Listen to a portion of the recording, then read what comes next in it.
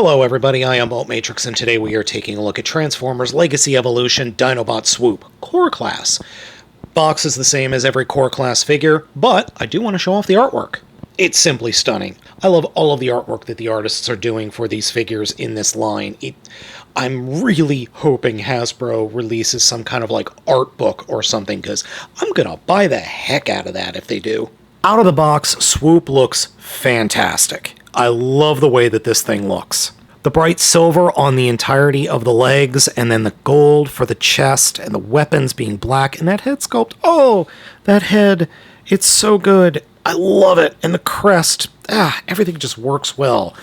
The only thing I don't like are the wings. They're this white plastic that feels like that same nylon plastic that we've been dealing with over the past couple of years. I think the white doesn't work well. And turning it around, you can see that the lower legs are that same white plastic, just painted. I would have loved if the wings were painted. That would just be nice, but you know what? I could do that myself. You can see that the accessories the figures comes with are guns with bits of fist sticking off the bottom.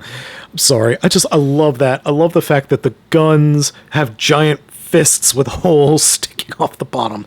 Again, these are also that same white plastic, just painted black.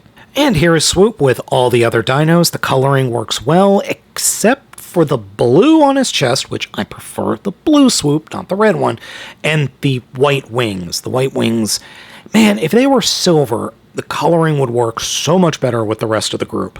According to the directions, this figure does have weapon storage, and it's a little bit particular. For each weapon, they peg into these pegs on the wings. So there is this tiny little peg hole right behind the opening of the fist and right underneath the opening of the fist that these are supposed to slot into. And they do slot into them. It's not elegant, let's put it that way. It's not that it doesn't work, it does. It's just not very elegant because that just looks stupid. It just looks really stupid. Not as comical as Scar, but still really dumb.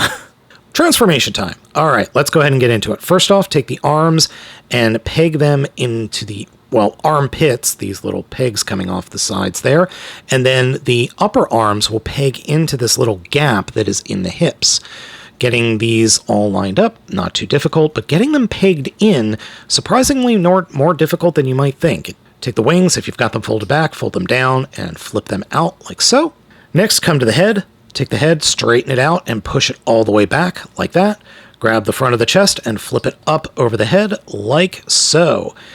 And then come to the legs, peg the legs or the feet together, and then flip those up and around, and they will peg into the back of the dino mode. And there we go. Now, as you can see, the weapons fit under the wings. I think this works better than they do in robot mode because it definitely looks like he's got guns, and they're in the right spot for that original design of Swoop. Other than the feet sticking out of the back, which is G1 accurate, I like this alt mode quite a bit. I really do. It works well for me, and it's definitely Swoop. Again, just wish the wings were silver and not white. Otherwise, it's pretty darn good. Now, with all the other Dinobots, as you can see, Swoop does fit in, sort of. It's this white nylon plastic, and I know I keep harping on that, but that really makes him stick out from the others, where the others don't have that. They're all the same color, except right here. It's just weird. Again, I can paint this myself. It's not the biggest deal in the world. I do have one other minor negative, and that is there is no peg hole anywhere for a flight stand. So there's no way to get him to, fly unless you've got one of those flight stands with the little grippy bits like I have. Even then, the figure doesn't look quite right. Also, the figure can't really stand on its beast feet because of the, giant hinges coming off. It leans forward, and then if you try to put the head forward, well,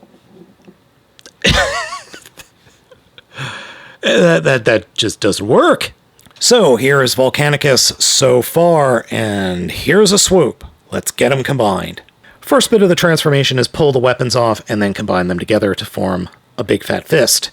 And then come down to the figure itself, fold down the legs, and then the fist will peg into the back of the feet, like so, reach into the robot mode's abdomen and pull out the connector. That's the hardest part of this transformation. And fold up the wings, and then we just peg it in. Getting this pegged in is actually a little harder than you might think, and what I like to do is when you pull this peg out, get your thumb underneath it, because what's been happening to me is I'll go to push it in and it just collapses the peg. So by getting my thumb behind it and then using that as a way to, not have the peg fold up, then there we go. Oh, and I forgot to turn the legs. You're supposed to turn the legs around 180 degrees. And there we go. He's looking mighty good so far. Oh, just one more and we'll be done. I like this Swoop figure quite a bit. Is it perfect? No, it isn't. But it works well. It's a fun toy, and it's overall pretty darn good.